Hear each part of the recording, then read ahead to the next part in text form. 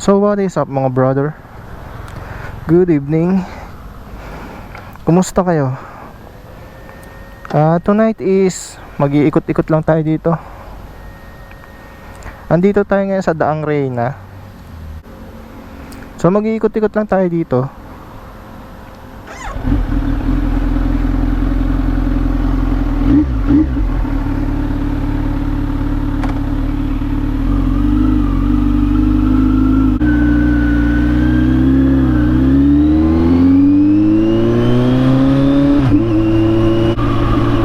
Buti na wala na yung maitim na ulap kanina. Akala ko hindi ako makapag-ride ngayong gabi. Akala ko hindi ako makapag-stroll dito. So dapat magkikita kami ng kasaynay natin eh. Hindi pwede yung isa, kaya sabi ko next time na lang. Pag kumpleto mas maganda.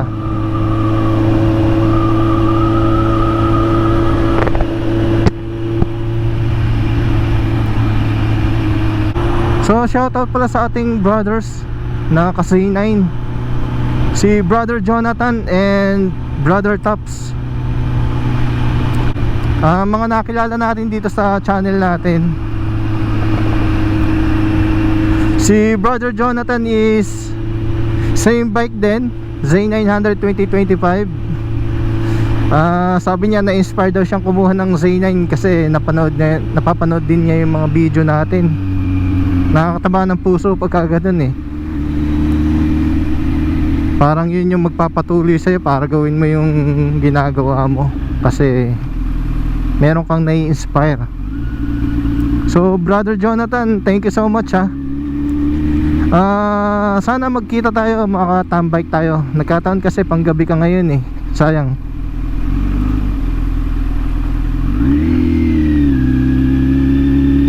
Si Brother Tops pala is nag-message do sa ating Facebook.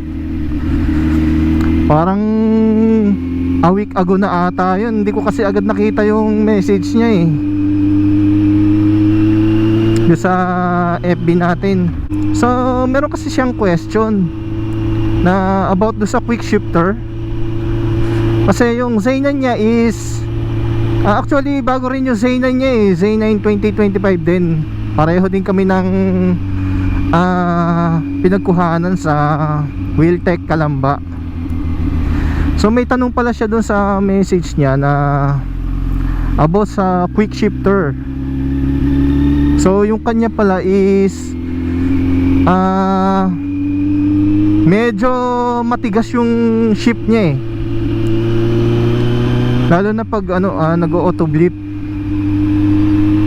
So tinanong ko, sabi ko, ay bro, sorry, ngayon ko lang nakita yung message mo. Yung pala okay na yung quick shifter niya, na adjust na. And may nagturo pala sa kanya na isang vlogger din na yun daw yung dapat gawin. So yun, ang ganda ng ang lambot-lambot na ngayon ang lambot-lambot na ng quick shifter niya. Uy, ang ganda dito. Ayun o, yadayo ng tao to eh. Nice.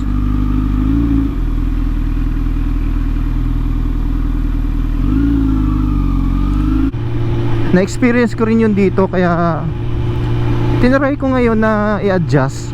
Kaya lang yung adjust ko medyo napataas, parang tumaas yung clutch, kaya parang hindi ako sanay. Kaya nagawa ko ng adjustment kanina. Eto, tinetesting natin ngayon.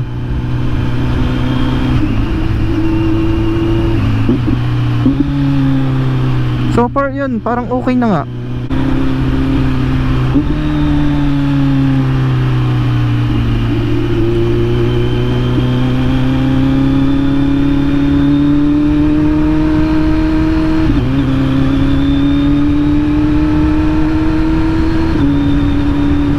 Try natin yung auto blip.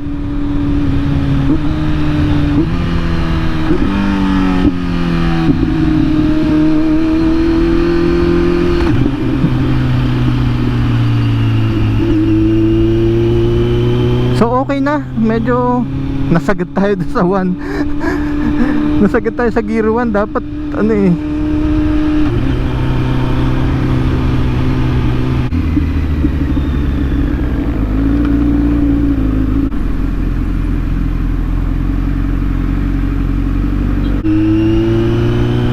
So diretso tayo hanggang Vermosa. Yung ginawa pala ni brother na adjustment is yung clearance dun sa may clutch dito sa part na to, ito. So meron dun na gap na yung parang play niya. Ang sabi niya, pag masyadong malaki yung play nun, hindi masyadong pumapasok yung quick shifter. Kaya yun yung part na i-adjust mo. Ito, kung nakikita nyo, gabi kasi madilim.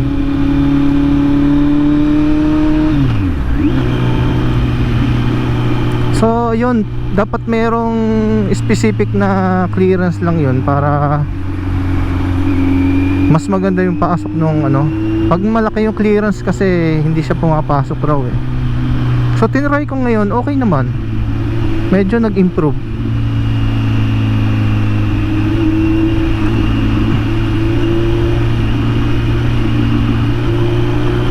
So thank you bro, kasi at least meron na tayo knowledge at saka nasi-share din natin sa iba. Maliit na kalaman pero malaking tulong. So sana isang gabi magkasama-sama tayo ng tatlo, mga brother, para makapagkwentuhan tayo about sa ating Z9. Yung isa kasi sa kanila is naka full system na, tapos yung isa naman is naka bread box delete lang, which is yun yung balak ko ipagawa dito eh, para walang backfire.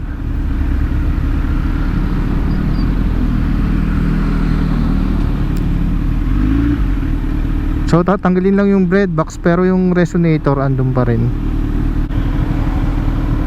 So ang labo pala nung ating lens kasi hindi natin napunasan nung nag last ride pa tayo. Diba, inulan tayo. Traffic pa rin dito. Bakit kasi lagi may ganitong ginagawa eh, Pag December talaga ang traffic eh. Hindi mo alam kung bakit nagta-traffic eh. Basta tuwing December talaga. Parang lahat naghahabol sa rush hour.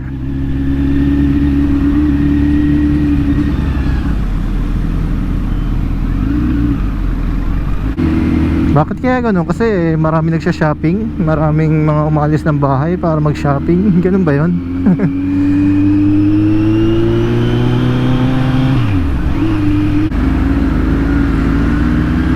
Kailan kaya matatapos itong mga ginagawa na to?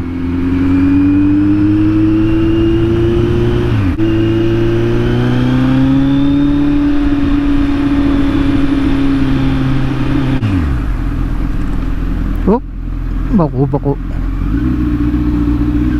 Malubok.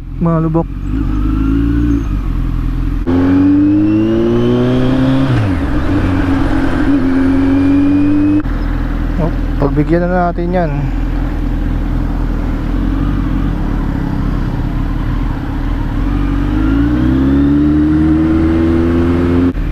Saan kaya tayo dito?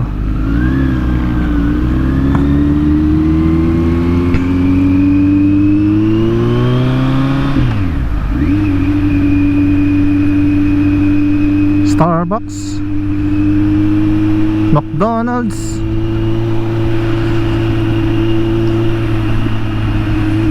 bili lang tayo ng drinks tapos pahinga lang konti.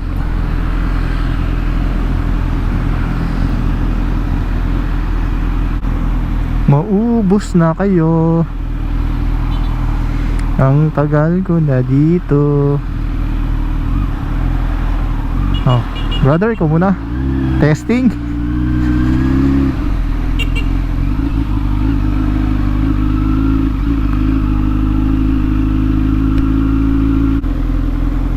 Saan tayo tatambay? Tambay mag-isa.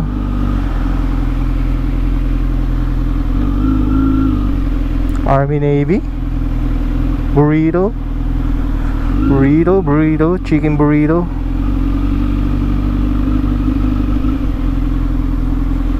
Saan tayo?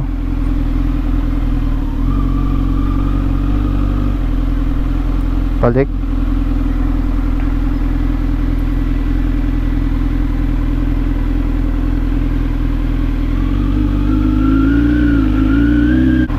Walang parking.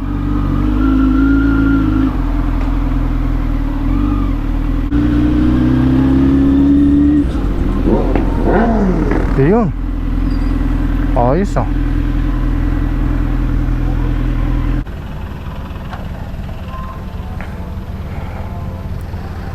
May mga naka-big bike dun ah. So dito muna tayo, tambay, pahangin lang tayo dito.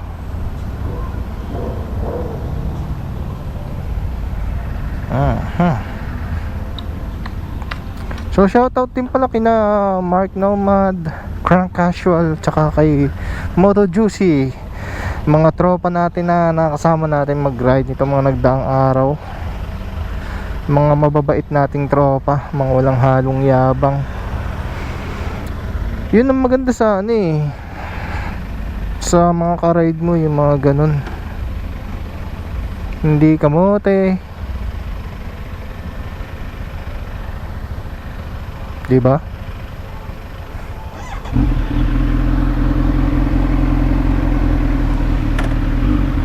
Sana matuloy tayo bros, mga bro, sa ano, this weekend sa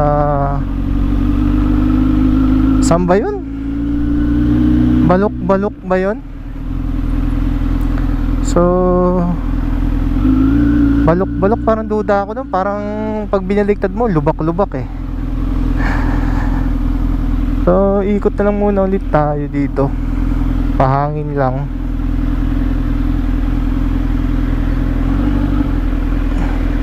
Pero maganda yung lugar eh. Maganda yung view kasi Taal Lake. Somewhere in Batangas, Lipa City. So saan ba tayo pupunta? Balik tayo.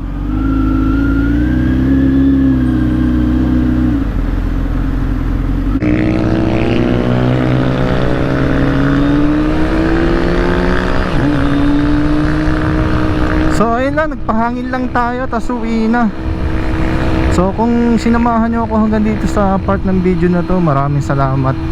Sana mag-subscribe pa kayo para madagdagan yung ating subscriber.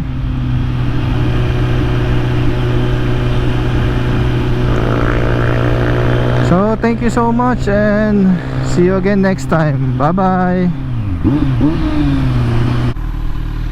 Alright, Pasko na naman.